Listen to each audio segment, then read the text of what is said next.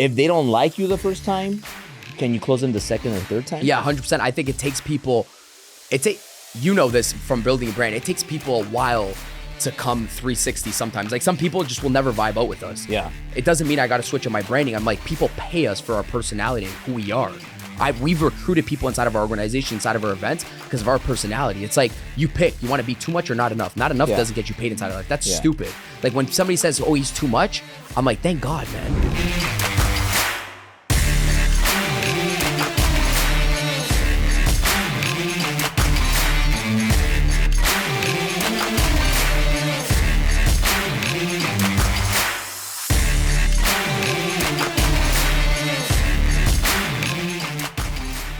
Hey guys, welcome back to Driven Channel. I'm here with a very special guest. You know, I've been following you for a while.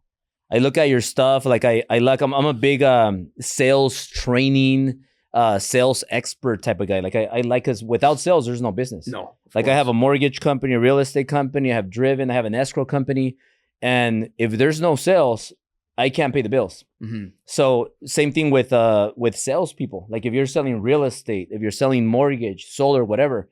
If you don't make any sales, then you can't pay the bills. You don't have anything. Yeah. So that's the beauty. I before I get started with the whole sales thing, Daniel G. I know you're let me see if I pronounce it right. Daniel Guaragma. Guaraña. It's easy for you to say. Guaraña, yeah. Yeah. You speak Spanish? No. No. A bit I can understand, but yeah. You speak Italian. Yeah. So you're Italian. Yeah, both parents are Italian. No. Both are okay. And were you born over there or you were born here? Born in Toronto, Canada. Okay, we just moved out to South Florida about 2 years ago. Oh, nice. You like it better over there? Come on, man. South Florida? You single or not? Yeah, now, yeah. You're single? Yeah. Well, Miami's dangerous for that, for single people. We're focused. We're good, man. Yeah. We stay on the go. You'll be good? Yeah, we stay on the go. Good. So Daniel, for people that are new to you, who is Daniel and how did you become like the number one salesperson in the world? Yeah, I mean, dude, I started sales probably like you from a young age. Yeah. My actual first sales job, like to get paid, because I think everybody sold freaking candy when they were young. And they're like, oh, I was in sales since I was 15. No, I started sales when I was 14. I started a direct sales door-to-door company when I was 14. I worked under my brother's health insurance card. And I just had no choice because I was, my parents split up. And the sales is a job that you always just fall back into. It's not something that you dream to be in sales. Yeah. Because I dreamed to be like a freaking soccer player and a DJ when I grew up. Yeah. Right. So I fell into sales at the age of 14. I started a door-to-door direct sales company selling aeration services in Canada. So we'd poke holes in people's grass because the winters would get bad. So we'd poke holes in people's grass. I was doing that door-to-door for about 4 years. Started a company with my brother actually at 16, the same type of company, but we branched off and did our own thing at 16. Got into university at 18 and a half, and you're young when you use half in your age.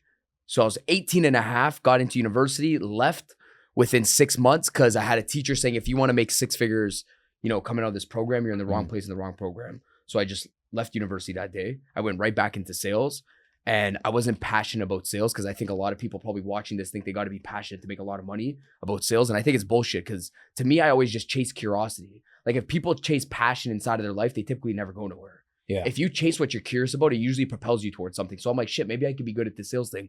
But I was broke. I had no money to do, because I was thinking real estate first. But I was getting out of university. I said, well, shit, I can't do this real estate game because it's going to cost me $5,000 to get a license. I know I got to get a car. I got to do the marketing thing. So I just went back right into phone sales. From phone sales, I got a job in medical device sales. So that's when really like my sales career just kind of leveled up, because in medical device sales, it's a little bit more complex. And when I mean complex, you have more than one decision maker on a product. Yeah. You have 15 different type of people. Even if you're selling a $20,000 medical bed or a $100 million system for the hospital, you still got a lot of people to influence in that sale. And think of it, I was probably 19 at the time when I landed that, 20 at the time when I landed that job. Somebody quit their territory. So I'm a B2B medical device sales rep at this time. And I managed that territory for about 4.5 years, right? Learning everything about the complex sale inside of sales, instead of just a direct sale, me just selling you, a home and you just have one decision maker with your wife. Yeah. Right. So I did that for about 4 years, did extraordinarily well. And as I was leaving my last year on commissions of over $500,000, I'm like, shit, I don't want to do this for the rest of my life. Like it started already to get numb. The feeling already started to get numb of just selling. I was already in that for now a decade straight of doing complete sales. So what I did was I seen a gap in the market when the online space was just booming. I seen a gap where all these people started producing all these programs, you know, like love programs, fitness programs, sales programs, whatever people were selling. And I'm like, shit, okay, I started training. I don't even mention this a lot, but I started training high schools and colleges to start learning how to sell, right? And when I started training them, I started to open up this free sales program. So I had a bunch of kids starting to apply to become one of my sales reps. And then I started outsourcing them to people that had these programs. And then I would just take, you know, an agency fee. So I'd have this in-house sales team of people closing other people's high ticket programs about 5.5 years back. So that's how we built out the agency. And then the training thing is just, you know, become a passion project. Now it's become a whole other business too as well. Yeah. But I've been training, by the way, since I was 14. I don't think people understand that. Like, because a lot of people want to be freaking trainers. Yeah. I've been like, I had a marker in my hand at 14 and a half, training my company already in door-to-door sales. And I say the only way you get that is when you're just the freaking best at producing the most money. Because everybody wants to be a freaking trainer and go on stage. I'm like, no. I was training people already how to influence the wife and the husband to get on the same page on how to do a door-to-door sale at $25. So that was always the shit that I love doing. Probably like you love doing this, but I just knew it wasn't going to pay me in the beginning. So I had to make a business in the beginning. Like I never stepped out and trained a company until my business can grow without me. I can go on the stage for 4 days in a row and my business would still produce without me. So that's where we're at right now. When you were learning or getting better at sales, because you think people are born salespeople, or do you think people learn how to become salespeople? No, I think you can learn how to become a salesperson. I don't think you can have it. Because even when you're born, when you're a baby, like you fight for the milk and you get it. Sure. Like you're a natural born sales closer, but it also F's people up. Yeah. It F's people up because you see this 24/7. A guy comes in here, comes to work for you, and in his head, he's like, man, I got the gift of the gab. I have good charisma, etc. He's a born salesperson. And then he caps himself because he never wants to learn anymore. Yeah. And then you have somebody else that, okay, maybe they weren't so extroverted when they were young, but they start listening to you. They start watching you. They start learning how to open up a relationship, shake a hand, close a deal, learn how to deal with objections. They will go 10 times further than the person that was just a born salesperson. Do you feel that you're the best sales coach in the world? Yeah, there's nobody that knows sales better than me. Nobody. Right now. No, there's just nobody as active. It's impossible. Because I saw it on your Instagram. It says labeled world's #1 sales coach. Yeah, it's outdated. It should be of this year too. It's every single. The reason why I say it's like there's going to be nobody in the space that is more active than me. It's impossible. Yeah, it's all impossible. Over the place. I just run too fast. I see you doing your live streams too every single day. I'm on a live 5 Zoom calls. Then I'm at a training a company. Then and I've been doing this for 5 years straight. It just hasn't been like an overnight thing. I just said this 2 months ago, right? So, but yeah. So let me ask you a question about real estate. Real estate. You're familiar with real estate salespeople, right? Sure. Yeah. So 6 million homes were sold last year. This year, only 4 million. So there's like a 30% less inventory. And then this year, about 120,000 realtors quit by the end of the year. Yeah. Right now, I think we're like at 80, 90,000 that quit already. So there's going to be about, they're projecting 120,000 realtors quit this year. Yeah. So there's less competition and there's less inventory. But there's also like a lot of realtors that are making more money than ever. But they're like the 1%ers or the 5%ers, but everybody else is having a hard time selling real estate. Why are some people killing it in real estate right now and some people are not? Like, what can you do to help all the realtors out there that are having a hard time right now selling real estate? Yeah, I just think, anybody can build and sell in a good economy. Yeah. First of all, you know this, right? I think to me, it's like now you got to be a 360 person. It's when you're in a good economy, you choose one method of operation, which essentially means, let's just say we're in real estate. Yeah. Maybe cold calling may have worked best mortgage too, by the way, because mortgage, we had 2% interest rates. Now they're like 8, 9. Sure, works hand in hand. Yeah. Bro. I just think it's this. It's when people are selling in a good economy, they have one method of operation, which is essentially like maybe one method of getting business was referral business. And I go up to somebody, how'd you build up your book of business? Man, I just do, warm network, referral business, one home after the next home, a lot of referral. Then the other guy does well, but he's just in the cold calling space. The other guy does well, he's just in the social media space. And I said, when you go back to broke and it's a difficult economy, you don't get a pick anymore. Yeah. You do social media, you do cold calls, you do warm network, and you do referrals. Everything. You don't get a freaking pick. Yeah. Like when people are like, man, what should I do? Should I go heavier on social media or do you think I should do the cold outreach? You do fucking both. You don't get a pick. What do you mean? You're broke. It's a hard market. You have to do a 360 of everything. Yeah. It's just that when shit gets a little bit easier, people drop the work ethic, right? And they have a certain standard. So to me, I just say it's almost like you got to rip on every single front inside of the sales cycle, whether it's branding, because by the way, branding makes sales a lot easier. That's what people don't understand. Yeah. People just see branding as like, a transactional play, which is the wrong way to play it. It makes your reach out game a lot easier. When people go back to your brand and your brand shit, then it makes sales a little bit hard. Mhm. You know that. It's like, if I were to message somebody over Instagram and I'm like, man, we got to do XYZ project. They go back to my page, haven't posted for 17 days. Boom, I just lost them. But if my branding's high, sales is a little bit easier, right? So I don't think also realtors understand that. Like they just think posting a house in today's day and age, let's say they have a Instagram page and they take a picture of a house and they think that's going to freaking sell the house. When in reality, if I was a realtor, I have a whole 360 video. I'm going to get 2 of my camera guys. Even if I don't have them, I'm going to have 2 people hold a home. Welcome to 475, Beverly Hills Boulevard. Walk in, hold up, watch for the marble steps. I'm going to make it entertaining, use social media, entertainment, etc. So it's like I go in on every single front of the business. When people are just trying to pick one, I say you do all, right? But what if you're an introvert? Meaning what?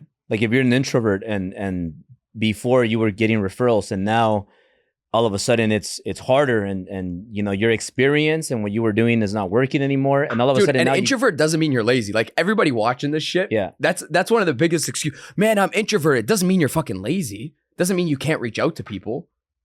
And it's just an excuse for you to. So what is that saying? I can't go reach out to people. What does an introvert mean?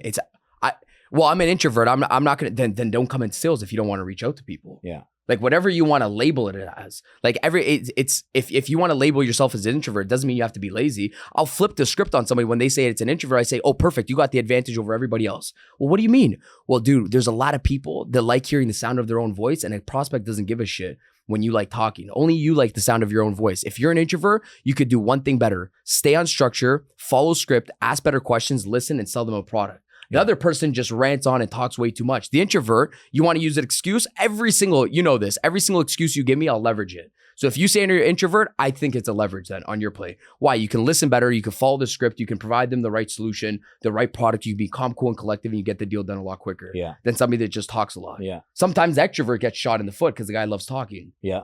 Right? Yeah.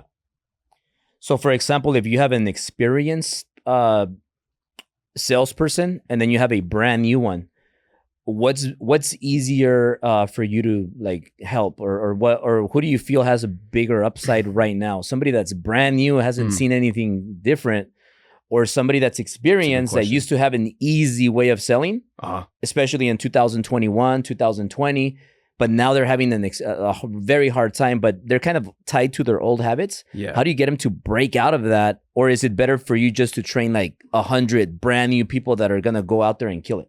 Yeah, I think it stems down, Albert, to their coachability index. It's like you always see like, you ask them to do the small things. If they can't do the small things, they won't be able to be trained on the big things. To me, it's, you'll never force somebody to do something that they don't want to do inside of business, inside of sales. It's impossible, right? So it's like your energy is either spent on 2 different ways. As a trainer and as a leader, it's either spent on forcing somebody to become better or just finding somebody that wants to become better. This is just sales in general. It's like, you could either force somebody to level up, or I could just find other individuals. Like if I'm recruiting and prospecting, you got 2 different ways. You force somebody to level up, or you just find people that are freaking hungry. To me, I'm never going to force somebody to do something that they don't want to do, right? So I lay it all out there. This is the criteria. This is what everybody wants to do. Whoever wants to come in and train a little bit more, sure. If not, I just go find the right people. Yeah. There's no shortage of them. There's like 7.5 billion people in the world. That's what people have a mentality of, like they can't find great talent. Yeah. Right? So what about you when you learned sales or when you started getting better at sales? Because you were probably born with a good sales ability, but then you got better, right? Who were your mentors? Did you have anybody that you kind of learned from? Yeah, man. When my first sales book was my first sales book was Brian Tracy. Okay. Then it was Tom Hopkins, How to Master the Art of Selling. You probably read it, right? How to Master the Art of Selling. Brian, Tom Hopkins sold like 360 homes, I think, in 365 days. I think that was his thing. So Brian Tracy, Tom Hopkins, Zig Ziglar. I read every single sales book, dude, since I was 14 to the age of 20. I was just submerged inside of sales. Yeah. Any single book I seen it, you guys call it Indigo. We have chapters inside of Canada. I just picked up every single one. Didn't care, just read it, learned their structures until you formulate your own type of thesis around sales. And at that age, it was important that like my friends were studying algebra, I was studying sales. Like I was studying how to deal with an objection. No, I'm not interested at like 14, you know? And learning it at that young age, it just becomes like a part of you when you're young now, because my brain was just a freaking sponge from 14 to 20 years old. You're not only are you learning it, I was doing it at the same time. So I was learning something, I was applying it at the same time, highest level of learning. So by the age of 20, like that's all I knew was sales, you know? So those were my mentors, Brian Tracy, Tom Hopkins, Zig Ziglar, obviously a little bit of Grant was coming into the online space, but Grant came into the online space a little bit after when I was like just getting into my business, because he came in like 10, 15 years ago. Yeah. Right. So yeah. Because there's also like Jordan Belfort. He has this different way of teaching, and there's like a lot of coaches. Is there do you feel that most of them? I never studied that guy though. Yeah. I never studied him. He's a bit different. I wouldn't say it's different. I was just never admired. I never admired that storyline of who he was. So I never learned from him. Yeah. Right. Yeah. So marketing or sales, what do you feel is more important right now? Or both, dude, both, because they both go hand in hand. It's like the way, because do you feel like, let's say if I would have sent you because you DM'd me 2017. I don't know. Yeah, I seen that. Yeah, I seen it back there. And then I saw it, but I kept seeing you. So I was seeing your stuff because you keep popping up, right? Right. And I liked the stuff. And then my dad even sent me a text. He's like, hey, this guy's he's teaching people and motivating them, like kind of like you. And he said, check this guy out. And then I looked at it and I'm like, oh yeah, that's Daniel G. And I kept seeing you, right? Yeah. But I noticed that you messaged me 2017 also. I seen that, yeah. So I think you had an event. Yeah. Or something. I don't know what it was, yeah. So for example. No, I looked at the message. I'm like, dude, you need sales guys. Yeah, something like that. Maybe my branding sucked. Yeah. Who knows? So he left me on read, you see? Shit's a full 360. It's crazy, bro. Because, you know, like we have our teams and sometimes, you know, the communication is in there. But my point is, I send you a message, right? And obviously I have some followers, I'm verified and all that stuff. If I send you a message and let's say like my branding is all messed up, I don't have followers, I don't have good content, you think it would have changed the whole outcome of us being here 150%, today? 150%, dude. 150%. Because that's what I tell people. Like right now, it's not only about being very good in sales. If you're very good in marketing and you're very good in sales, then you're just gonna, like, if you're good in sales, maybe you could make $1 million. Maybe you could help me add to this. But if you're good in marketing and sales, you could easily make 10 million. Like what is your it's like people look first, judge second, reply third. Yeah. It's like, okay, I'm going back. Say I didn't know you and I never messaged you. First, I'm going back. Okay, who is this guy? Right? Then I'm going to judge you. And then I'm going to reply back third. This is just, it's like sales. It just, even in a physical aspect, because I think if you're great at sales, if you really hone in on that, you could be great at marketing. So if we were to sit down together right now, man, and you had some, like, let's just say, I don't know, man, you smelled like garlic and there was like hair inside of your mouth and some shit was hanging off your shirt or whatever the case is. Like, I'm judging you right now. If I'm stinky, if I'm smelling. If you smell, you stink, your hygiene's off, this is your brand right now. I'm judging you physically. Yeah. And whoever wants to say, oh no, they're not, you're being judged 24/7. So don't think for a second, because right now I'm in a scenario with you, it's okay, I'm judging you physically. Don't think for a second when people go back to your brand, they're not going to judge you. 150%. It increases your sales. I think it makes, that's why I said you go harder on brand. That's why I think anybody that says, oh, I'm a great salesperson, and they're shitty at marketing, I'm skeptical of them being a great salesperson. Or I think it goes hand in hand. Influence is influence, right? That's why, like, somebody like Grant, he's a great salesperson because he's a great marketer. If you know how to influence one person, you can influence 10 people. You just got to understand people. Like, social media becomes easy when you understand people. The thing is, people don't understand social media. This is where it becomes tricky. They don't understand social media. To me, social media is like, number one, you got to be sociable, with people completely neglect because they try to scale their social media way too quickly. They're like, oh, I'm going to hire these 15 people to do all my videos and they're never inside of their social media. They're never going to build a brand. Number two, it's media. It's also a little bit of entertainment. When people don't go too serious on, like, you know, just the educational side, let's say in our space, it gets boring. They don't see it as entertainment. And anybody that you and I followed, they're always entertaining individuals to watch. Maybe it's not even like they're jumping off a jet, but just the way they communicated with the jokes and everything, they would know how to hook people and get people's attentions. And it's that little, like, defining factor that makes it, like, you know, their social media pop out than other people, right? So I was looked at it both ways. And to me, it's not an easy job. So when people are saying, oh, I'm going to start branding, just know that it's a job within itself. Yeah. Like, to understand, because it's not just posting a clip. Like, to me, man, there's so much that goes behind it, but I pour in so much into my community. It's ridiculous. if I post something, man, I'm replying back to all the freaking comments. I'm doing a freaking live stream, telling people to go do a giveaway. I'm in a Telegram group channel. Like I'm suffocating it so much inside of my audience. It's like I've actually built a community. We can go into any single city for the last 5 years. And if I post that I'm doing an event, people freaking show up. And that shit can't be faked. Like anybody can go buy followers on social media. Anybody can go buy fucking 5 million followers on social media. But to me, I'm like, you can never fake a community. Like when you, like, you know this, you have events. You can't fake that shit. When 2,000 people show up in a room, like people rant and rave, oh, I have 3 million followers on on my social media. And then you go to their event and there's 17 people at their event or whatever the case is. Yeah, they don't have a real community. They don't have real relationships, real credibility. And you've learned how to not just build, relationships with your social media following, but also the top people inside of the space too as well, which is also another kicker to it. Like it's a different level when you got the A players supporting you. Yeah. Right. It's a whole nother level of, edification for you too as well, which you've done a phenomenal job on. So I say it's like, a community, you can't fake it, can't rent it, can't buy it, can't rush it. It takes freaking a while to build that shit out. And I think people now, that's what they try to do. They think that if they just put 10 fancy videos out, they buy 1 million followers, their course sales or their event sales is going to go up. I see it done 24/7, bro. I'm inside the space. Yeah. And it takes work, man, pouring into your social media. Were you at any point a little bit insecure or shy, or have you always been like very outgoing and strong personality? I think I've developed it over sales. Yeah. Because before sales, like I was a soccer player and a DJ. I just said it right before, right? Like I wasn't, outgoing or whatever the case was. I developed my confidence through sales 150%. Like knowing one thing really well. I wasn't always, the outgoing extrovert, but sales helped me develop it 150%. Yeah. And it gets bigger and bigger too. Like, how it works. You do one stage, you train one person, because people just think is like confidence is something you have or you don't have. It doesn't work like that. Like right now, training 10,000 people is easier than training the 5 people that I started off with 6 years ago. Like tomorrow we train 10,000 people. I'm not even thinking of that. Like to me, it's more exciting right now, to do 10, 20, 30,000 people. But before, training 5 people was difficult. Right? Yeah. So for example, if you have somebody right now that wants to become the best salesperson, but they just want to skip the social media. So they don't want to be on social media. Sure. But they just want to be the best salespeople.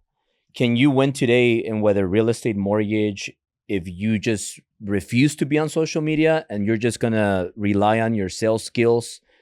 And if so, like how are you going to compete with people that are like big on social media and are great in sales? Yeah, first, man, you got to find a good product. You got to find the right product to sell with the right profit margins and the right commissions. If you're not going to do the social media thing, you got to find the right product and solve enough problems. Like I said before, it doesn't have to be passionate about something. Or you got to work for the right person or find the right product. To me, I think, your hunger can always outweigh your passion that you have inside of your business. So sales is very simple, dude, because all sales is you find a good product, you find the people that need their problem solved, you connect those two things and you sell a product. That's it. So yeah, can you make a shit ton of money? Yes, of course. But again, if you were to hire me, but you have 1 million followers. Yeah, right? but like imagine what if you had like I was just gonna say followers? if you hired me, Daniel G, and I came to sell for you, and then Bob came to sell for you, and we're in both competition, and me and Bob are doing the same thing on the sales side, now I will beat him because I also have a brand behind me. Yeah. Right? So yeah, of course, the branding helps. Can Bob still make money? 150%. Yeah. I have a bunch of sales guys, one standing right here with the phone. He makes a shit ton of money, but he's not on social media. But he could still make 6 figures a year, right? Not being on social media. What does he sell? He sells our programs. So he sells you. My programs and other people's programs, yeah. But because he has a good sales job. He has a good sales job. Because he sells me because the branding's a little bit easier. But here's the deal: the moment they got on a phone call, right? I say, Sam, it doesn't matter how much rapport, because these people are in rapport with me prior to them even jumping on a phone call with them, right? I said, it doesn't matter. I said, the moment you get on a phone call, it's now you taking over the sale. They don't give a shit anymore. You can either make the sale or break the sale the moment you get on a phone call. That's right. So they still got the challenge of making a sale regardless. But then again, let's say if you were like the stinky guy, the with no brand, you'd say it'd be harder. Of course. Yeah, didn't take care of yourself and overweight and all that, it would probably be a little harder for him to close the deals. Because if you think weight makes a factor, dude? Let's talk about it. You think being fit makes it easier to sell? 100%, yeah, 100%. Why? Well, I mean, if I'm, I agree with you, by the way. If I see like a gorgeous babe and she's like, like showing her curves, smiling, like I'm just gonna say yes. Of course, if I'm single, right? Not anymore. Yes to what? Wait, yes to going out or yes to buy? Both. Okay, both. Got it. But if let's say it's like stinky and sweaty and not the best looks, doesn't take care of themselves, doesn't eat healthy, doesn't go to the gym, out of shape, I'm probably gonna be like, I'm gonna be a little bit turned off. It's always easier to say yes when there's a pretty face and somebody that takes care of their So body. for a guy, because I tell my guys this 24/7, for a guy, do you think it's beneficial for your sales reps to be fit? 100%. Why? Well, I mean, look at you, look at me. We're pretty fit. Yeah. No, we're not bad looking. I just think the reason why I tell my guys is I just had a conversation. That's why I'm asking you this right now, because I just told them, I'm like, guys, what if you look like Jabba the Hutt? Who? What if you look like Jabba? Who's that? Jabba the Hutt. I don't know who he is. I think he's Who's a Jabba? Star Wars movie. Oh, Chewbacca? No. Well, Chewbacca. Oh, If you okay, look like sure. Chewbacca, Yeah, sure, dude. Of course. it would be a little harder for you to motivate people and make sales. It comes down to a trust factor, but I also think it comes down to, it's like, number one, when you're fit, you have more energy. You have more energy. You feel great about yourself because you always go by your commitments. And I said, how the heck would you wake up in the morning? Because I tell my guys this. I'm like, okay, you have a difficulty closing sometimes. Yeah. I said, I don't, because I just always feel good. And I tell them, you want to know why I feel freaking great? Is because I woke up in the morning. I said, I'm going to go for a run. I went for the run. I made my commitment and I feel great about myself. I said, it's hard for you to get commitments from another prospect is because this morning you said you're going to go for a fucking run. You went to Dunkin' Donuts instead. So you made a commitment, or you said you're going to do something. You didn't commit to it. Now you feel like shit about yourself. Now you go on a phone call. Your energy's low because you're unaligned about your commitments. Yeah. And now you can't get somebody else committed. I'm like, it's a 360 game. Yeah. I said, that's the first thing, is an internal energy standpoint Yeah. of you breaking all your commitments. Yeah. So I said, this line, you can't close nobody if you're not close yourself, but you don't even close yourself on the small shit inside of your life. Yeah. But the second thing is, like, people are they're just always looking. It's like, if the guy can't take care of himself, how the fuck is he going to take care of my business? Mhm. From everything, just not like the fitness standpoint. Like, just, dude, even you and I kind of dress similar. I just noticed that. Yeah. Like, we dress very similar. We take care of ourselves. It's like, if the guy is sloppy, dude, they make everybody makes a judgment. I was just training a solar company like 4 days ago. I think it was, we were in Dallas, Texas. Mhm. And I said, guys, when you knock on a door and you're selling solar, I said, you guys are the front line representing the freaking company. And what that means is, I don't, like, when somebody knocked on my door and sold solar to me in South Florida, because I'm from Canada, what I thought right away was, this guy's climbing up on the freaking roof, installing the solar. That's what I thought in my head. I didn't know the way the process worked. Yeah. I'm like, the guy that's selling me is going to also be the installer. That was my thought process. And I went through like 4 guys, because I'm like, this guy looks like he'd fall off the fucking roof selling me solar. Right. Right. And I said, you guys don't know that, but as a sales rep, the homeowner, I'm just giving you an example about the solar sales training that I was giving them. I said, the homeowner is literally thinking, if this guy's sloppy right now, he'd fall off my roof and I'm going to have a liability problem. I said, you are the representation of your product, service, offer, company, 150%. They're making a judgment about that, whatever you sell. Like, the moment you shake somebody's hand, can this person get the deal done when they're a tight negotiation with another home buyer, whatever the case is? They're making that judgment. Even if you're not the freaking installer, they think you are. They think you're doing everything because you're the frontline soldier. So it's super important that, you represent your company. Even if if it's not your product offer service and it's your company's product offer service, they're judging the whole company by the first 5-second impression. Yeah. And it's so hard, dude. You mess up the first 5-10 second impression, especially inside of sales, dude. It takes like 50 impressions, great ones, to try to suffocate 100%. The one negative one. Always, 100%. Right? So can you talk about your routine? Because we talked about like the fitness. Obviously, you do work out, right? You look like you work out a lot. Yeah, I run every single day. So like, I'll do a body workout after I run. Nothing crazy. But so what is your morning routine? I wake up every single morning. Do you get on like ice baths and all that stuff? No. Like what time do you wake up, go to sleep, and do you sleep 8 hours, 10 hours? So what's your routine like? No, I've never monitored my sleep. I go to bed when I'm done working. If I have to work till 4 a.m., I'm working till 4 a.m. with my laptop in bed. I tend to wake up at the same time. Roughly in the same time, 6 to 7 a.m., wake up, take a shower, go for a run, come back home, take another shower, have a couple of shots of espresso in between. I'm very simple. The way I operate I don't need a lot. I know people have like the ice bath thing and, people levitate and meditate inside of the morning. But to me, man, I don't need a lot of shit to get me hyped up for my work. Just the way I am, man. I've been like this since I was 14 years old. People got to read 15 books. They got to, write out their journal, etc. Yeah, sure. I write out my goals every single night before I go to bed. I've been doing that for the last, 10 years. But I don't need something, inside of my life externally to keep hyping me up to go to work and put all these factors in between. And I just grew up in a Sicilian Italian family where it's like, People got a lot fucking softer these days, you know, to get their ass up and work. Well, why do you think though? They just go, I always say, just go back to your ancestors. I'm so tight with my grandparents, it's ridiculous. I FaceTime my grandma and my grandfather this morning, and all I just think of, I'm like, my grandfather didn't need a fucking book to wake him up and go, you know, plow the farm in Sicily, in Italy. This is the way I think of it, right? I just say he never needed all this external shit to go do it. It's just that when things get a little bit easier, when there's more things and things get a little bit easier, people get a little bit more soft. They didn't have choices back then. We have the perception like we have choice right now. We have the perception that we have choice, but it's always harder in the long run. So if people, you know, F up today, okay, their life in 20 years is going to be a little bit harder if they don't do nothing today. If you're 25 years old and you're not doing nothing right now, and you have all these platforms, social media, you can work for people like you and I, and they think it's easy right now, and they want to make life so freaking easy, well, shit's going to be hard 20 years down the road. I say whatever's easy in the beginning is usually hard in the end, right? Like if you quit, I don't know, if you say, let's on the micro scale, if you quit on a Sunday or Saturday, not doing your business, and you're not maybe at Albert's level where you could take a Saturday and Sunday off,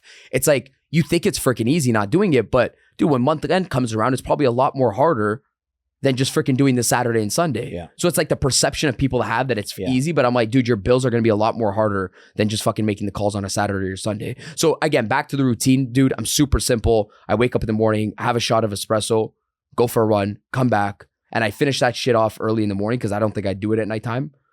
I don't leave that thing that, you know, is most difficult to go for a run. It's hot in South Florida. I just plow it out in the morning, done. What about weekends? Weekends.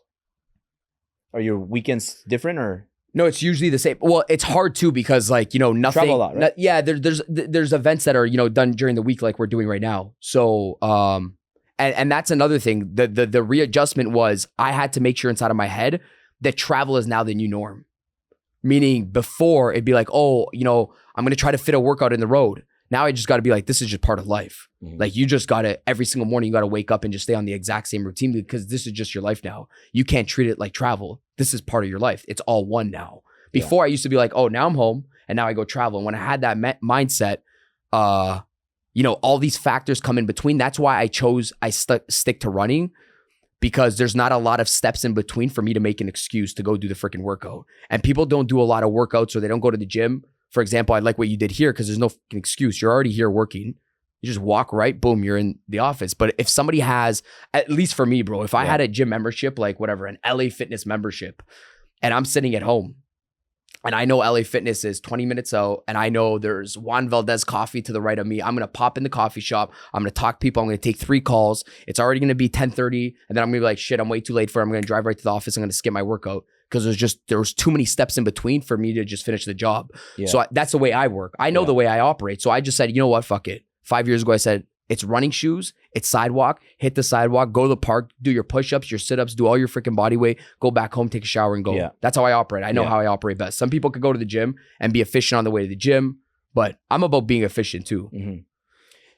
What about people that want to make a lot of money? Do you feel like that the only way to make a lot of money, and what I mean by a lot of money is maybe making $1 million plus. You want to make $1 million plus a year. Do you feel like that the only way is probably just gonna be sales? Is that the only way to make a lot of money?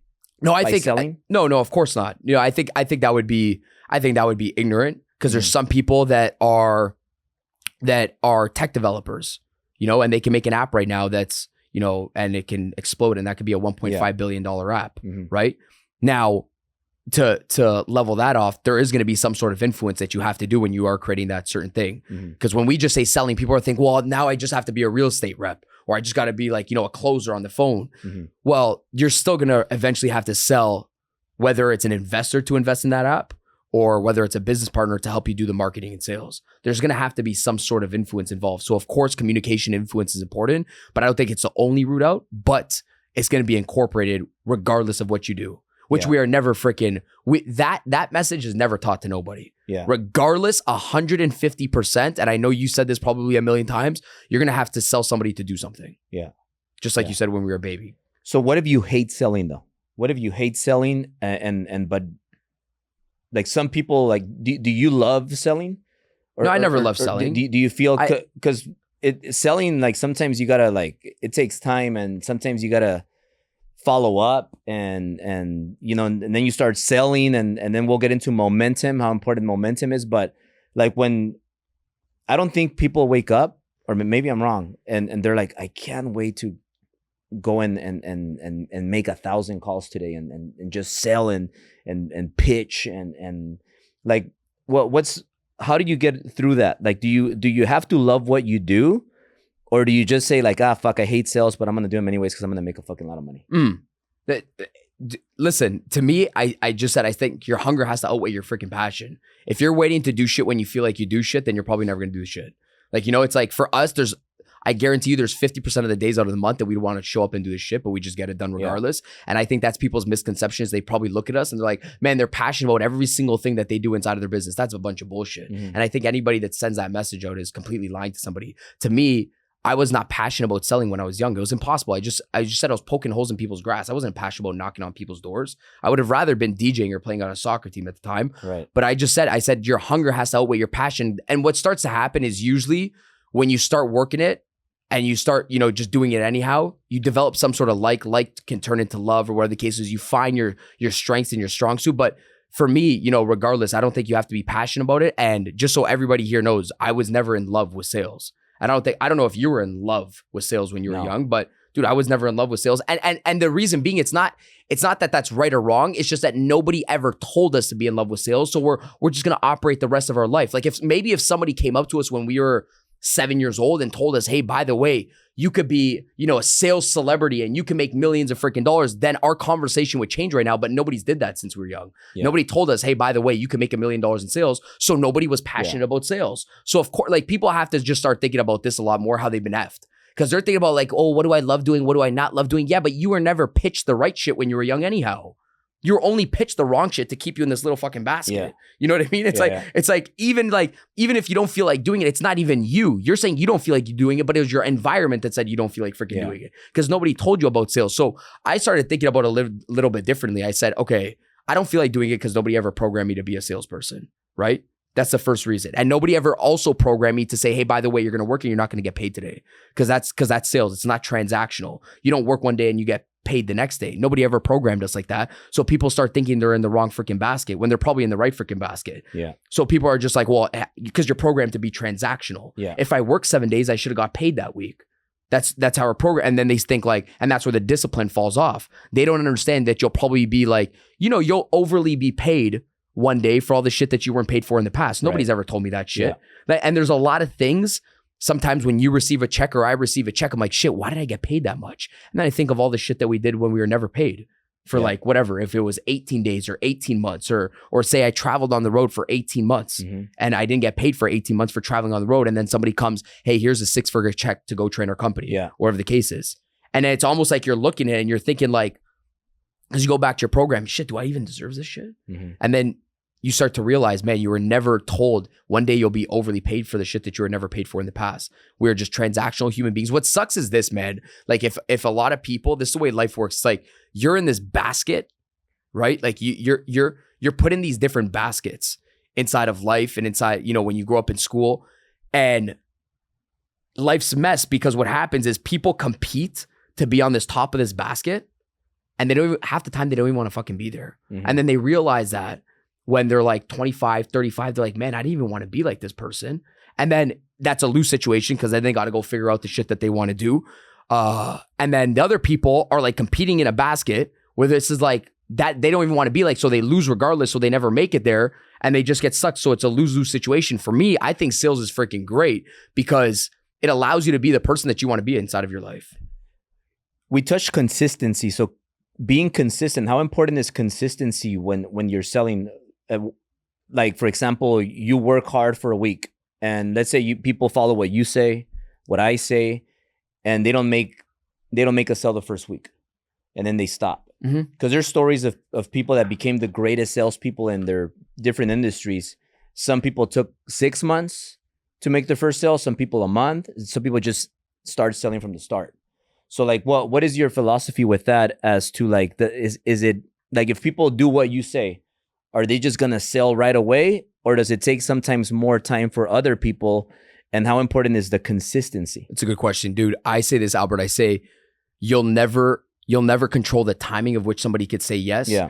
You'll only control the efforts that get you towards a yes. So what it means is it's like, I can't control my business moving fast or the speed of which people, close inside of my business.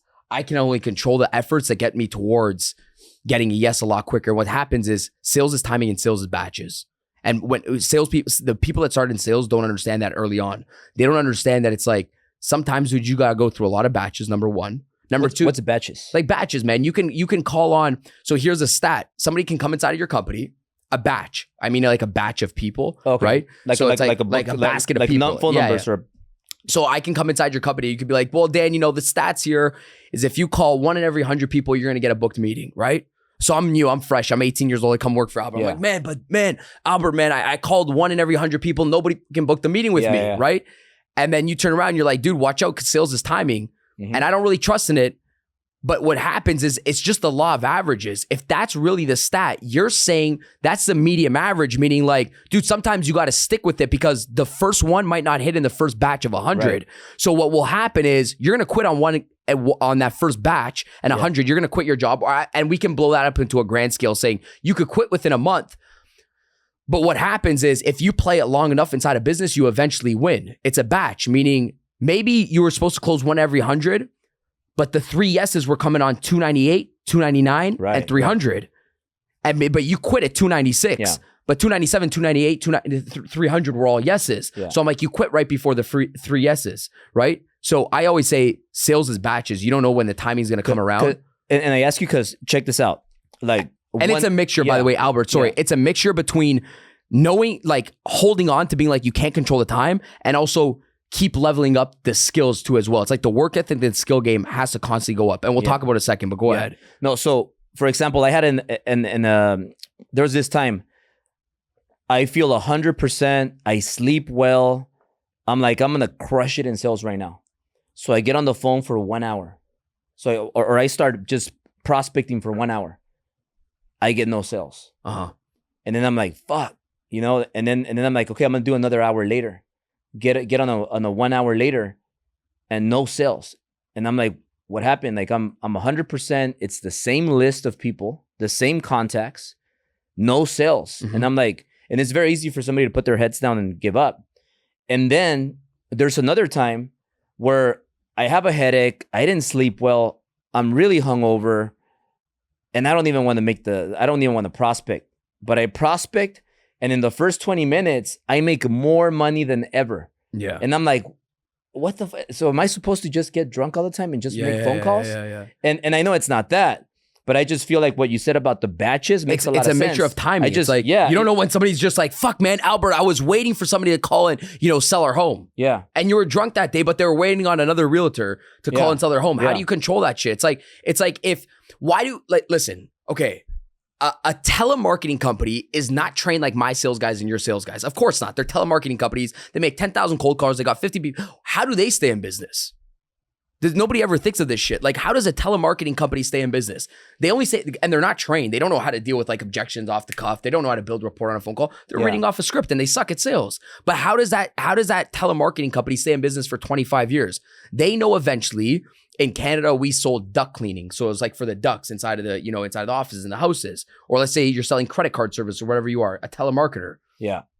Dude, eventually a homeowner is going to pick up the phone and be like, shit, man, our ducts, are a whole dirty. We were waiting for people to come around and clean up the ducts or clean up the garbage. You guys are lifesavers. Yeah, can you get us done with? Like the salesperson's not good. Yeah. It's just that the homeowner needed their ducts freaking cleaned. Yeah. And that's why I was saying it's a mixture between just knowing the timing, but also being a little bit self-aware that if you were saying like, if you were saying 15 people, let's say for example, said no to you, and then you went on for another hour and then 15 people said no to you and you're like, man, what's wrong with today? It's a fine mixture of saying, okay, shit, I can't control the timing of when people say yes, but at the same time, am I saying the same shit to people and getting the same response? Because that's sales insanity. That's stupid now. So yes, it's timing, meaning you stay long enough in sales, you're eventually going to win. That's just life. You contact enough people, dude, and you suck, you will still land something. This is life, okay? I don't care who wants to argue with me on this. In sales, you stay long enough. Even if you suck, you will land something.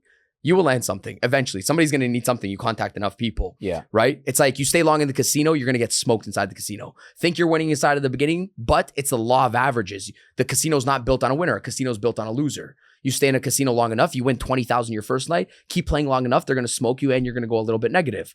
Same way in sales. You just stay long enough, boom, you're going to hit a customer. But what's also stupid is if somebody's saying the same shit and they're hearing the same reply, maybe it's time to switch it up. And that's where training comes involved, because somebody that's not trained hears an objection, says the same thing, doesn't deal with it, then that's called sales insanity. They do the same shit on the next call. It's like if you were to walk into a real estate store and or inside of a clothing store and they say, sir, what can I help you with? And you're like, no, thank you, I'm just shopping. And then you just go next. And then the next girl asks the next guy, hey, by the way, what can I help you with? No, thank you, I'm just shopping. That girl's insane that asks the exact same. Like, to me, it's insanity. I check every single person that asks me, hey, by the way, can I help you with anything in particular? You shopping? No, thank you, I'm just shopping. I'm saying, why are you saying that line every single time? You get the same reply from your customers that walk in. That's called sales insanity. You could say anything but that line and you get a better reply back. Yeah. Like, but nobody's telling her that. So she's going through sales insanity in her job in real format. Yeah. I said, you could say anything, compliment my shoes and ask her what brought me inside of the mall. Say something differently. We don't know that as sales reps. We do the exact same shit. We call on our prospects. They say, no, thank you, I'm not interested, or give me back some time. You're like, okay, well, when you want it, and we say the same shit. We get the same replies and we do it the next conversation. There has to be a click saying, man, maybe I should level up. Maybe this isn't going nowhere. Like, maybe I should change the opening line, the objection line. That's where training comes in. So Daniel, what if I have the perfect pitch? And it works so good. And it's working really, really good. Can I just keep repeating that for the next 5 years and just fucking triple down and make so much money because it's working? Sure, you don't fix what's not broken. If it's working for you, don't fix what's not broken. As long as I get new people, I don't more people. You don't fix what's not broken. It doesn't mean you can't get better, by the way. It's like, how much room is there for improvement? Because I think what's sad is people do something, it's working, and they never think that there's another level inside of their business. They're capped because, listen, if you start making $20,000 a month and you go from $2,000 to $20,000, you go from a bellman or a valet person, we recruit the guy and now he goes from $3,000 a month to $30,000 a month. See, in his head, he's like, I'm doing fucking great. I'm at $30,000 a month. Yeah, you'll never outperform the person that you think you could become inside of your own head. So to him, he's at $30,000 a month. He's done. Yeah. He's great. But to me, I said, oh shit, man, if I could do 30, I could do 100. I know that's how your brain operates, but he's not operating like that. So he's never going to learn more shit inside of his life because society just programmed you. If you're making 250 to 350, you're the cream of the freaking crops. You're doctor, lawyer, engineer. So now we're going to cap you right here. You can't outperform what you think you could become inside of your own head. So you won't go to $500,000. I just checked a lot of leaders yesterday. I was in a room with leaders that are making 6 figures a month, not a year, 6 figures a month. And they're network marketing leaders, direct sales reps. I said, guys, I will show you guys how you're operating so small. I said, somebody gave you some bullshit about goals where you have to double your goal or you have to 100x your goal. I said, all of that's bullshit. I said, the way you set a goal is based on your human potential of what you did once. And they said, what do you mean? I said, all you guys got lazy. I said, how many people here have had a $10,000 day? Everybody put up their hand in commissions, right? And then I went to one girl. I said, okay, so what's your goal this month? You have a $10,000 day? She said, yeah. I said, so what's your goal this month in commission? She said, well, you don't want to do 150,000. I said, there's your fucking problem. She's like, why? She's like, because last month was 75,000, so I wanted to double it this month. I said, that's your problem. I said, you already figured out a $10,000 day. Why isn't your month $300,000? I said, who shortened you of this? I said, why are you taking other people's goals of you should 20x it, 30x it, 40x it? No, you shouldn't do any of that. Take your best day, repeat it for 30. You already did it once. You punched the fighter in the face. You watched him bleed. Now you go after him. You already, like the people that are insane to me inside of sales, they have $1,000 day and they keep their goal at $10,000. What are you doing, bro? Your day, you already made $1,000 in one day. You repeat it by 30. Your new goal is $30,000. Is that easy? That's your, like, that everybody should have their own custom goal. It shouldn't be 50 exit, 20 exit. And people are effed because if they're in your position, maybe, and let's just say in your position, dude, you had $100,000 day or whatever the case is. Yeah, now Albert's goal is $3 million for the month. He already did it once. Like that's why I said you punched the fighter in the face. You've already, dude, you've broken every single theory and system that we ever programmed to be. But we go back to formatting where it's like you have $100,000 day, but your goal is only $1 million month. It doesn't make sense in my head. It doesn't make sense. If you already did it once, you could do it for 30. But why do people get lazy? Like, why can't people keep that momentum? Like, why do people because I feel people have a good month and they have a bad month. Good month, bad month. Why can't people just work like they did that day and keep that momentum? Dude, they don't feel every single action is an expression of your own internal self-worth, meaning like everything somebody does is because they don't feel like they could become somebody inside of the future. So I'm going to give you an example. If I'm about to walk out of this show and I go take a piss on your building, okay, and I go pee outside and I'm peeing on your building, okay, people are like, well, why is he saying that? Well, it's just a reflection saying, I don't think I could become somebody inside of the future, so I don't care about my credibility today. So people have to understand every single thing somebody does inside of their life right now, today, in this moment, is a complete reflection of who they think they could become inside of 5 years down inside of the future. So if I go pee on your building, of course, I'm just using a random example. Of course, I don't feel like I'd be a credible source. So I don't give a shit about somebody taking a picture of me peeing on your building because I don't think I'm going to ever be a big shot inside of my life. So I'll just pee on your freaking building. I'm telling that to somebody because I'm like, if you're lazy today, that means you don't think you're going to become somebody inside of the future. So you won't double down today. Everything you do, dude, even your investments, the way you invest your money is just a reflection of who you think you're going to become inside of the future. Go look at somebody. You'll work for a boss or a business owner. Like to me, I had a reality check when I was young. I think I was telling you when we were in the bathroom, I was saying, when I was young, man, I was living life. Yeah. I had a McLaren, a Bentley, and a Lamborghini at 25 years old, dude. And I'm single, living life, and made all my money from sales, not even entrepreneurship. I was making all my money from sales. So when I started making money inside of my business, I just buy a new watch, a new car, a new whatever. I drove everything, went out to every fancy restaurant. I'm 25 at this time, 24 actually when I bought that car. And one day I had That's when you saw Brad.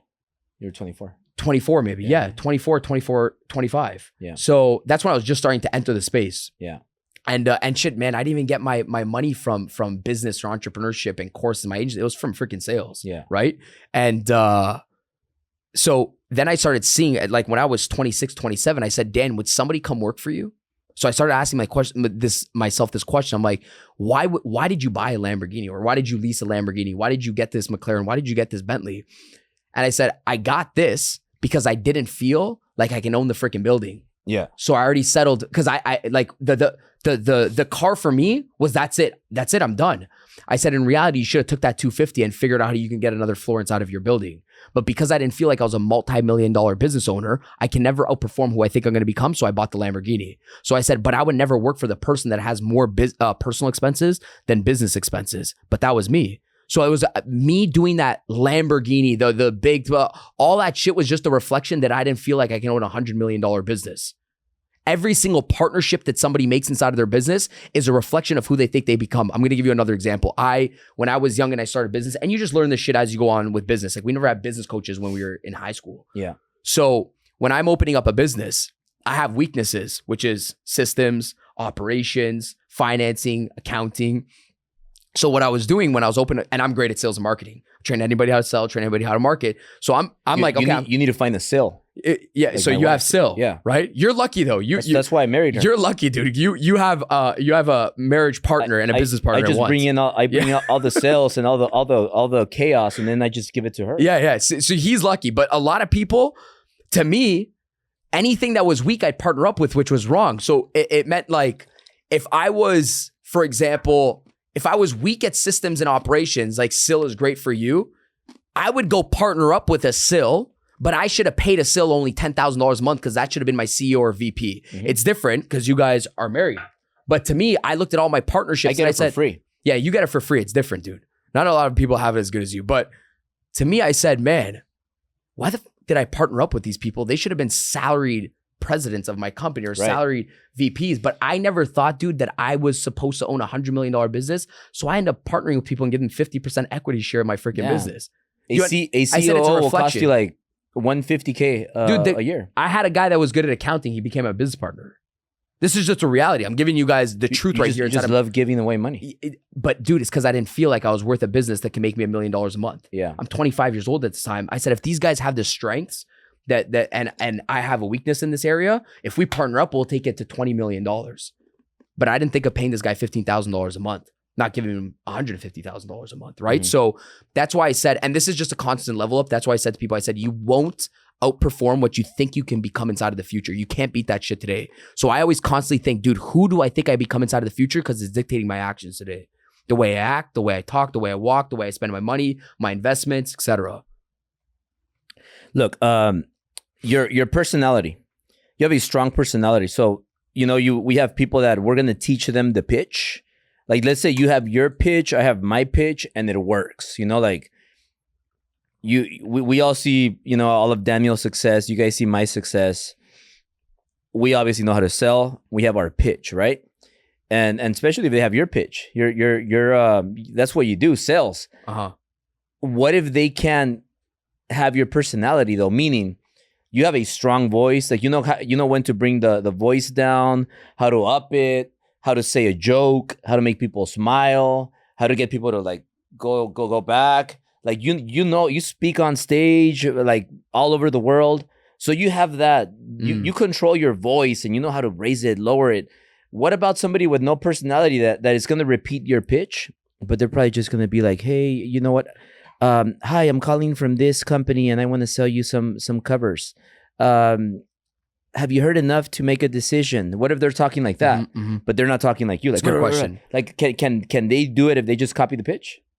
So, or do you fucking pull their ears and fucking slap him and tell him like, fucking wake up? you can't rush it, but I'll say one thing. The Daniel G today and the Albert today, we both didn't sound like this 5 years ago.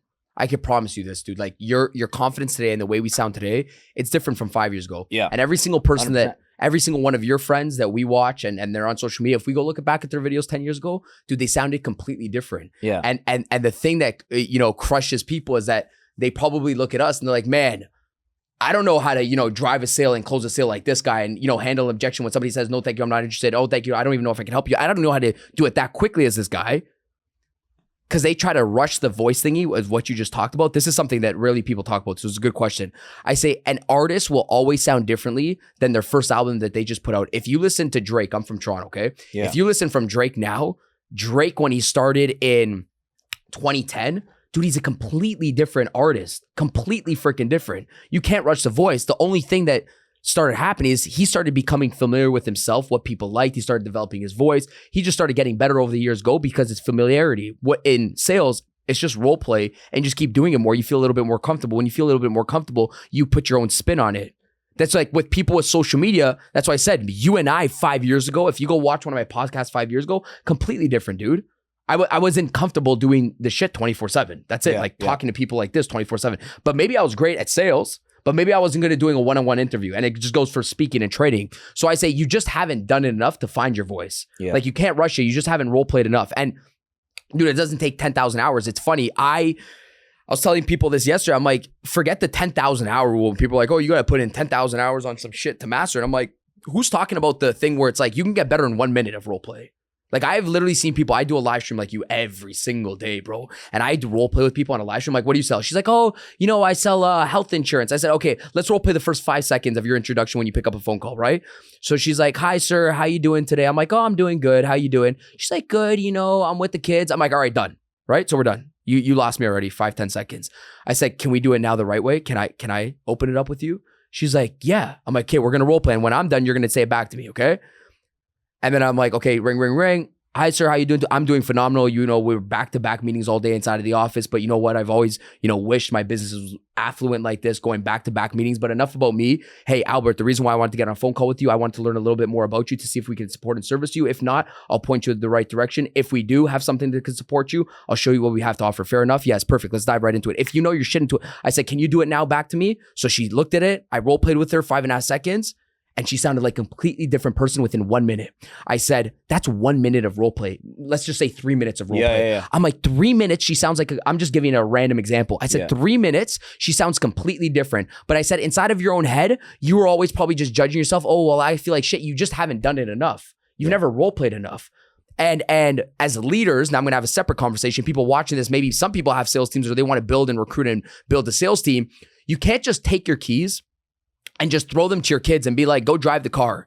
But that's what people do. They're like, here's a script, go read the script. Yeah. Well, it's stupid because they'll crash the car like salespeople crash. To me, it's like, hey, you can't just throw the keys and expect them to drive. You got to give them the keys, coach them on how to drive, go through a little bit of lessons. Maybe you got to go in the car first, show them. It's the same thing inside of sales. You just don't throw the script and expect them to know. How often should you role play? Every single day. Every single day? Yeah, I think if somebody continually wants to level up, they should be doing it every single day. Because you and I don't even know this, but we role play and we do our shit every single day. When we're in social media mode, I don't think people understand. Even when we're on a live stream, That's you and I are role-playing, yeah. We're role playing. Why? Dude, my first event, I was great. I remember my first event that I spoke at, it was probably maybe 2017. Like I went on stage and I was just ripping like it was natural. And somebody came up to me, they're like, man, how long have you been speaking for? I'm like, never spoken on stage in my life. Well, how are you so good? I'm like, dude, I just been on social media, on Meerkat, Periscope, and it's on Snapchat, just talking a bunch of shit with people, that this just felt second nature to me. I said, you practice behind the scenes. In front of the scenes, it looks freaking easy. I said, LeBron James doesn't practice his Game 7 winning shot on Game 7. He's done it a million times in the gym. He makes it look easy on Game 7. I'm like, the best time to start, and this is what cripples people, I said the best time to start is when nobody's watching your social media feeds. Nobody's watching you, so you can F up a bunch of times. When you get on stage, then you make that shit look like cakework. I loved when 2 people were watching me, dude, because I can F up a bunch of times. Now we F up on here, then there's 100,000 people that freaking watch it, right? So yeah, I think role play should be done every single day. And if not, it's almost like an insult to the new people that you brought inside of the company, because you never show them that you want to get better. What do you say is a good amount of time to role play every day? I mean, in our office, we spend about 30 minutes every single morning. In Toronto, we spent about 30 minutes in the morning. 8 to 8:30 every single day. We role play the whole horizon of the business. And when I mean the horizon, it's from the introduction to the presentation. So that's structured role play. But here's another thing what people don't do. If you're not obsessed with it, you're only going to do what you're planned to do throughout the day. So I'm going to give you guys a little breakdown of this. If I say role play today is from 8 to 8:30, cool, everybody role plays inside of the morning for 30 minutes, right? Maybe you want to do it once a week. We do it every single day. But to me, because I'm obsessed about my shit, like I'm fully immersed inside of my business. Sam, we were in my office in Miami, 3 days ago? He's just sitting at my desk, and I just said to him, I'm like, dude, I'm not interested in your water. Or I can't remember what I said. I'm not interested in some bullshit. And he freezes up like this. And I said, here's the deal. I'm in it 24/7. I should be able to go up to any of you guys, toss you an objection in 2.5 seconds, and you're in role play mode in 2.5 seconds. I'm like, because I enjoy this shit. I said, the reason why you froze up is because you're not trained enough yet still. So you get nervous, you freeze up, you're going to do it with your clients. To me, if you're trained, you get excited for this shit. I said, when I'm at dinner with people, I'm like, no, thank you, man. My wife has to think about it. Talk. I said, you're nervous because you don't know how to deal with it. I said, to me, I'm like, it's like when you give me one, I'm like a candy with a kid with candy. I'm like, I want to do with prospect with people at dinner. No, I'm saying with my guys. Yeah. I'm like, you should be role play. I should look to the right of you. If you're really inside of the game, you should be able to jump in with it 24/7. Like it should be treated as a game, because at the end of the day, dude, it's a game. I said, it's just a freaking game. And I'm not role playing it to make them feel like shit. I want them to get better. So I said, this is what a customer is going to do with you. I'm having a baby right now. Go. What are you going to say? Like you're going to call somebody right now and they're going to say, hey, by the way, it's a bad time of the month. My wife's having a baby.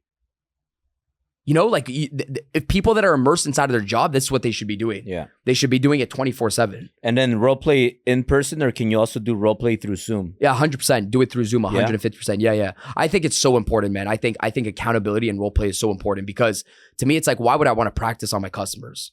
Why would I want to practice on my customers? I could just practice. Like, nobody ever, dude, I role played with my family growing up. Like, I role played with my brother, my mom. Every single sales script that I had when I was young, I'd role play with them. I said, Mom, this is just like me becoming an actor. Yeah. When you have to play the skit and you're the other person. Yeah. Right. And then just give me the hardest stuff. Say the hardest stuff. Don't even look at the sheet. Tell me what you would tell somebody when they pick up a phone call and you say no to me. You hang up in front of my face. Let me see how I can get back inside the door. Yeah. Give me the hardest shit. You would recommend probably role playing with your kids too, to make them smarter. Yeah, of course, 100%. Right. Yeah, I have three kids. Yeah. You just don't want them to outsmart you.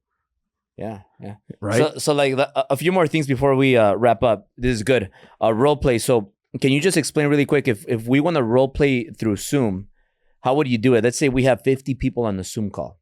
Like, how would you do role play? Would you just pick on somebody and be like, hey, I don't want to buy a house right now. I'm gonna wait till I have my first kid. Yeah. Would you just pick on somebody like that, or how would you do it? Yeah, that's a good question. Because there's a lot of people and everybody probably wants to role play. 150%. I think, first of all, pick the people that don't want to role play. Mm-hmm. Right? That's the first thing. See the people that don't want to role play. But I think why would you do that? Because I need to get those people better. The other people that probably want to role play already want to show off in the role playing behind the scenes. I already know. The people that want to role play, they're already doing with their buddy behind the scenes. So I want to pick the people that don't want to role play. Yeah. The first thing. But the second thing is I'd give structure. So I'd say, hey, right now for the first 10 minutes, we're going to roll, because everybody just role plays objections, right? They always role play objections or like a little bit of negotiations. But what sometimes we don't role play is like just the simple things, Albert, like shaking somebody's hand and saying, what do you do for a living? And we skip that. Or just, I'm saying like there's so many different parts of role play. Like, you could section this shit out every single day, just saying, hey, guys, today we're just working on introductions. Yeah. Because sometimes you screw it up in 2.5 seconds when you answer a phone call or you shake somebody's hand, and just the handshake of what you do for a living.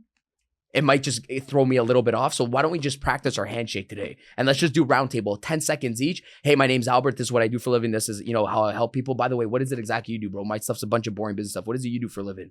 Like, some people don't even know how to role play that. So it gets awkward. The worst thing that we do as sales leaders, we assume our people are in a certain position because they're making a certain paycheck. Yeah. And we don't go down to like, oh man, this guy's making $10,000 a month. He's doing good. Dude, the guy doesn't even know how to respond back to somebody when somebody asks him what he does for a living. It's a kind of awkward. If you like, they never role played it, right? Yes, somebody can be. I say either you're a world class closer or a world class, you know, winger. Some people are wingers inside the business. Yeah. You know, they wing a lot of their shit. I say, man, you know, sometimes you got to, you know, just get structure. Like that one thing that I just said there. Majority of people would say, oh yeah, you know, I'm a real estate agent. We service a lot of people, you know, in Beverly Hills, blah, blah, and they start talking about their business. You know, the market's so, and they have no extra way of getting back inside the conversation because they never role played it. So they like to me, imagine you do something like, imagine I'm recruiting. I have a business right now. I land in LA and I'm going to speak at this training center right now on Saturday, and I'm inside of an Uber, and this Uber guy's sharp, or I'm getting a dinner out and this guy's serving me dinner, and I want to recruit this guy as a salesperson, right? Because I'm always prospecting, recruiting, and closing 24/7, regardless, because I know my contacts will be used everywhere. So I see this guy. I'm like, man, this guy's sharp and I need to recruit this guy. So I already know my strategy going in there. Some people will just wing it, have an open conversation. I know how this guy will start prospecting me, so I don't even have to prospect this guy because I'm trained. And I did it last night. We got inside of an Uber. The first thing I said, this guy was sharp. And I said, okay, I want this guy. I need this guy's contact information. He's good. I know exactly how I'm going to use this person. My brain's always on, right?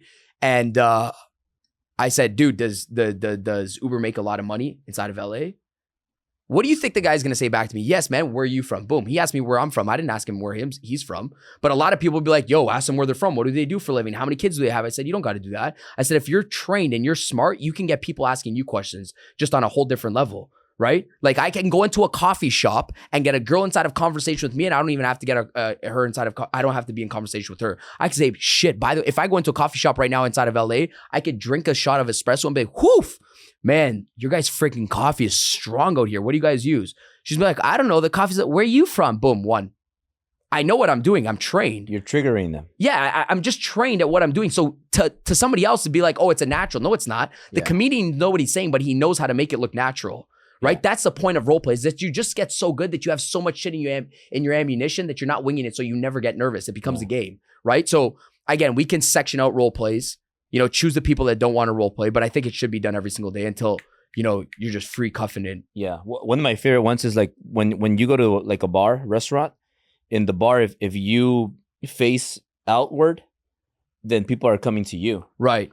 So like the worst thing you'll do at the bar is just to face the bar, because then people are going to come behind your back. Right. But a simple trick that worked for me, like back in the day, was like facing outward. So the girls would come to the bar. And then I know if they smiled, right, I know, okay, they have a level of interest. So then it was easy from there. But they're coming to you, so it's almost like you're kind of making them talk to you. Got it. And then, you know, little things like that. But most people don't know those. And I think by practicing, you kind of learn more of those little tricks, right? Yeah, of course. Yeah. Now, one last thing, follow up.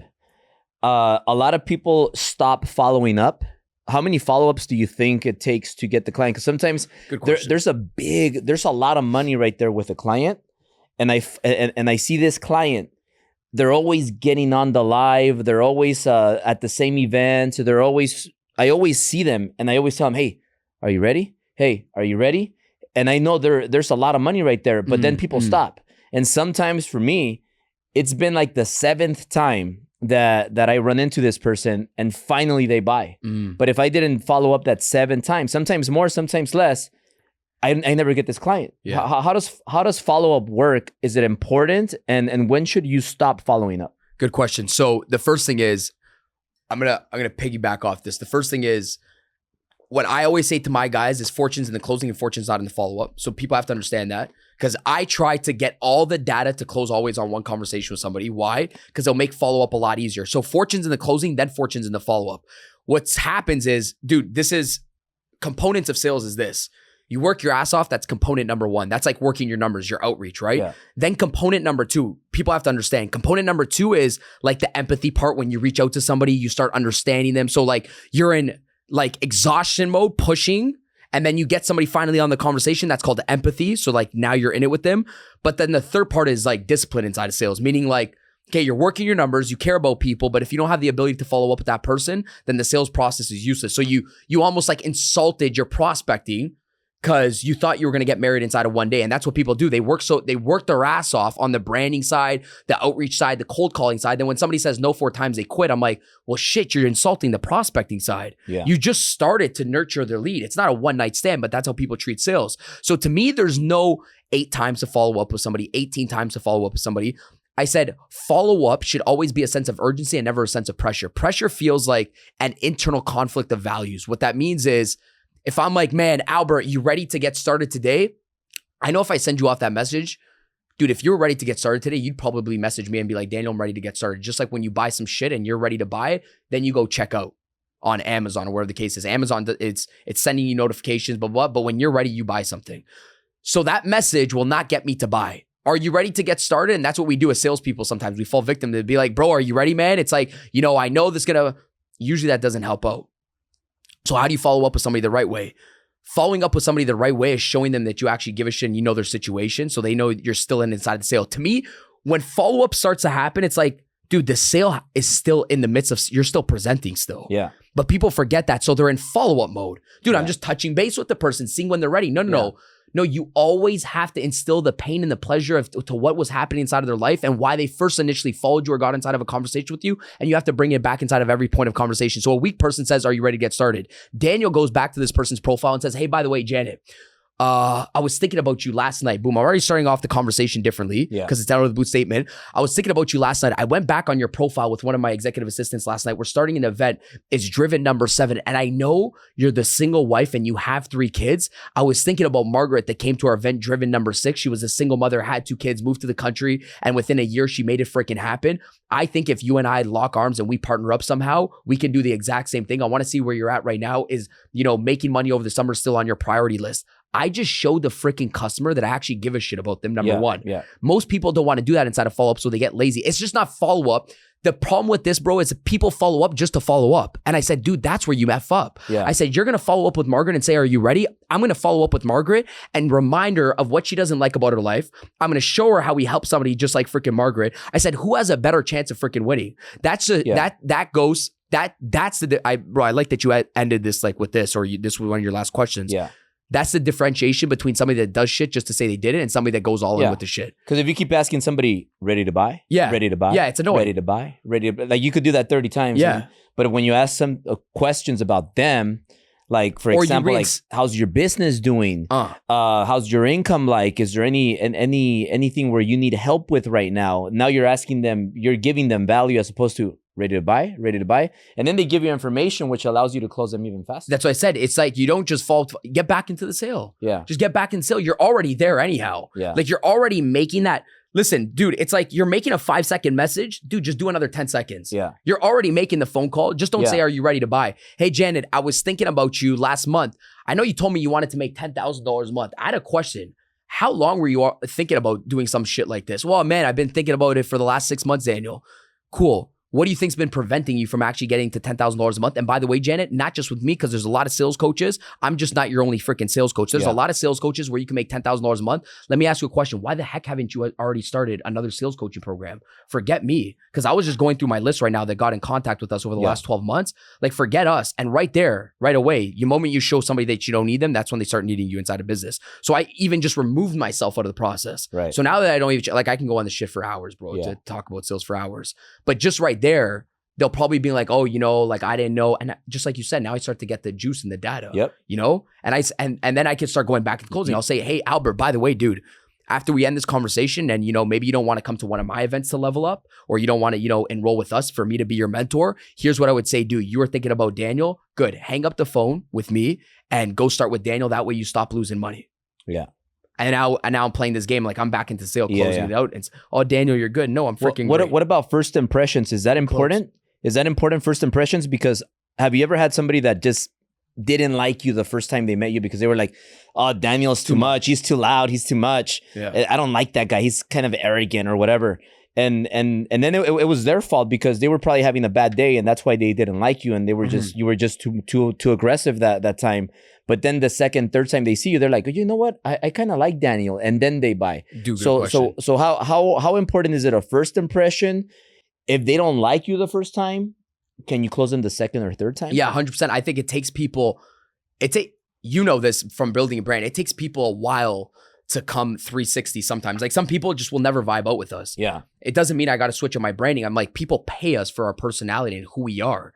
We've recruited people inside of our organization, inside of our events because of our personality. It's like you pick, you want to be too much or not enough. Not enough doesn't get you paid inside of life. That's stupid. Like when somebody says, oh, he's too much, I'm like, thank God, man. Why the heck would I want somebody to come up to me and be like, man, you're not enough. Nice to meet you. That's why I follow you. Yeah. That sounds fucking stupid. Yeah. You know, like I've been labeled everything on my social media. If you go through my comments right now, I'll show you my social media. This guy's on crack, cocaine, ADHD, ADD. I get it every single day, especially when I'm on a freaking stage and I'm on one. Like tomorrow, right? I'm gonna get a million comments on a video being like, the guy's ADHD, he's on drugs. I'm like, and then my guys will laugh at some comments. I'm like, dude, thank God they're saying that shit.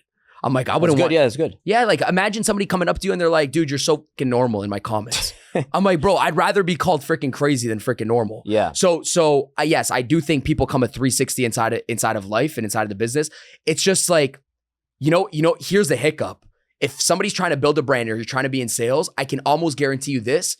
It is almost impossible to have unanimous love inside of life. If you're fucking competing inside of a space that is like shark after shark and you're trying to fight for unanimous love, like you're trying to get love from everybody, dude, get the fuck out of the space. Yeah. You're not going to win. Like this is the problem. You're trying to please everybody.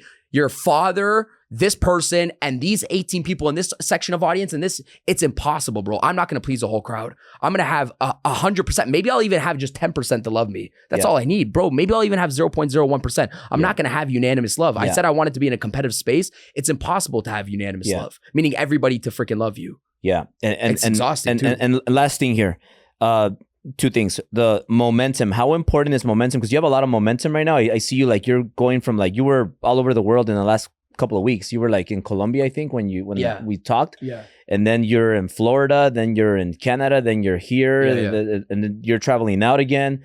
How important is it to keep that momentum, or when are you going to take a break? And also, with what you mentioned right now, people telling you that you're on cocaine, on crack, and I'm sure you get a lot of people that send you hate comments.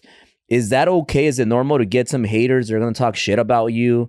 And if so, how do you balance the momentum when you're getting people that are talking shit about you? Like how do you keep going and not feel bad about people talking about you? The first thing with momentum, it's like, I don't know.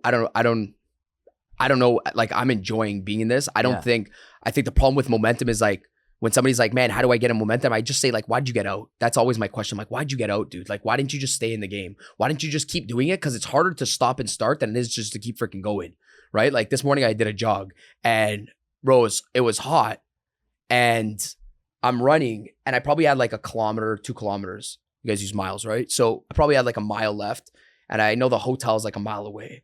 And bro, I'm out of breath, man. Like my throat's hurting this morning. Like my lungs aren't good this morning. It was from the cigars. I'm like, fuck, I know these cigars. I got to throw these cigars away. And I'm a mile away. And all I want to do, bro, is just stop the freaking run and just walk to the hotel, right? And then I say, Dan, here's what's harder. This is all I'm thinking about inside of my head. I said, if I stop the run right now, it's going to take me an hour to walk to the hotel. Yeah. I said, if I just keep fucking running, I'll be at the hotel in 13 minutes. Yeah. Like if I just keep running, I'm at the hotel in 13 minutes. How many miles were you running?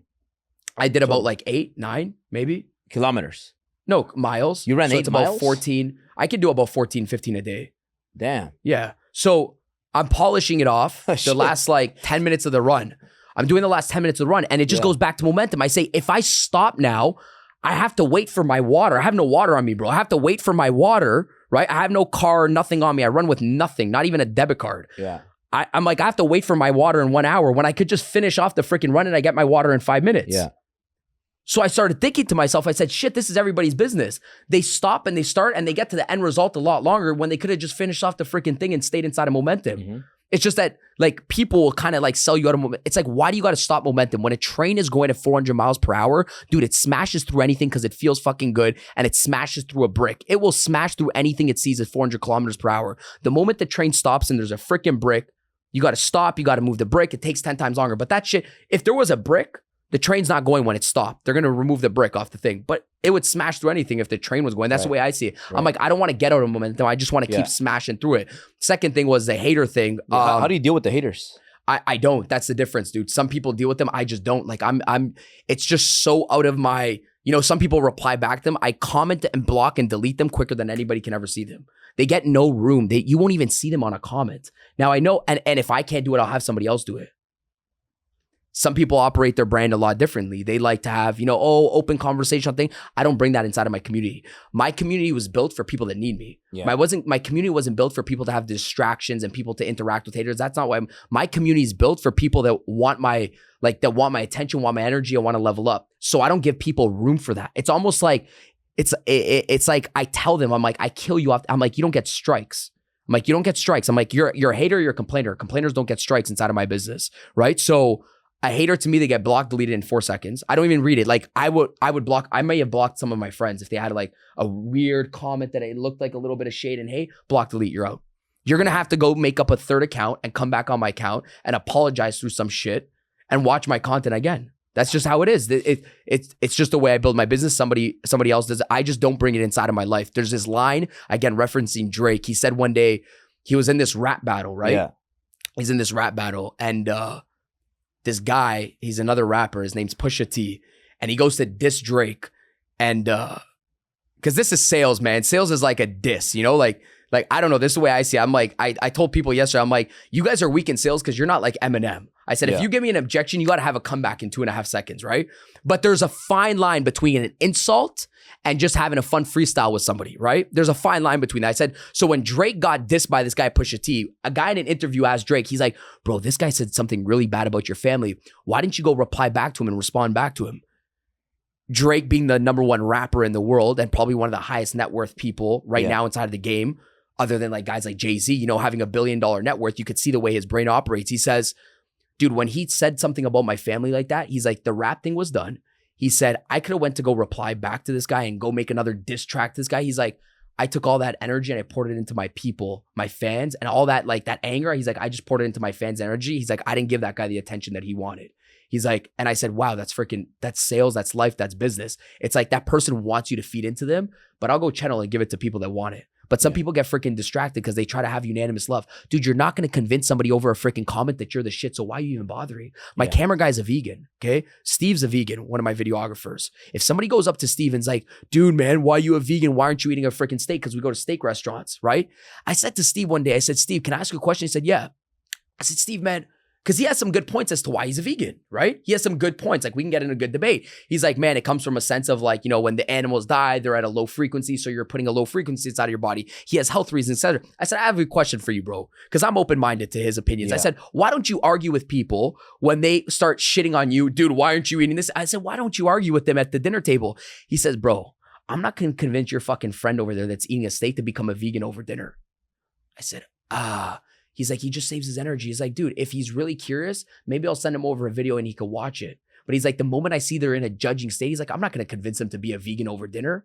And I said, dude, that's literally how my business works. I told him straight up. I said, dude, I'm like, does this guy, is he open? Is he curious or is he judgmental and skeptical? Because if he's skeptical, he's closed-minded. Yeah. If he's curious and being like, Albert, man, why did you say it that way? I want to kind of better understand it. I feel that energy. I'll pour into him. Yeah. So that's the way I kind of filter out. It's kind of, you almost have to have an intuition of, is this person just trying to get a one-up on you? And it's like, why are you going to reply back to him, dude? Yeah. What are you going to try to sell him some shit right now? There's no point. There's somebody out there that needs you. Don't force him to like you. Just find somebody that likes you. Yeah. Right? Yeah. So Daniel, it was a pleasure having you here. Before we ended right here, can you share just a quick little story, something that nobody knows about Daniel G? Something you never talked about, Something that for the first time here for the Driven fans. For something that I never talked about. Oh man, like just a short story or something that you did, or I don't know, a short story, something that I funny did. Or whatever. Like, man, I'm trying to think. You have to. Fuck. I talk, Albert, man. I talk so much. I could give everybody open format of my whole life. What do people don't know about Daniel G? Man, I think I'm trying to think right now. You caught me on this one. I'm trying to see what people don't know about there's a lot of stuff. I mean, I think personally inside of my life, like, just I think the way I just show up, I think people just think things are always perfect on the back end. Yeah. Where there's always things, let's just say in personal relationships, whether that's, romantic wise, people think everything's always beautiful on the back end, right? So you have problems too. Yeah, and I don't think people see that like on social media, right? Because I protect people, like my loved ones inside of life. I protect their images, so I don't have to talk about that sort of stuff, right? I know who wants to be on my media and who doesn't. So I always remind people saying like, hey, by the way, you know, on the back end, dude, sometimes I cry one manly tear because shit happens on the back end, whether that's in a relationship or with my family, right? I said, but regardless, I show up and you guys will never freaking know because that's part of my job, right? So yeah, man, I go through things. And I just don't think it's every single year. It's every single day we go through shit inside of our life. Yeah. Right? It's just that I think winners have the ability to just get out of the lows 10 times quicker than the people that want to stay. That's our like super strength, is like we hit lows 24/7. We just can get out of them in 60 seconds. Some people stay in it for 60 days. Yeah. Right? Like I can think of some shit that happened last night inside of my personal life. Yeah. Nobody would ever know it because I know how to get out of it a lot quicker. Yeah. So some people expect that they never hit a low.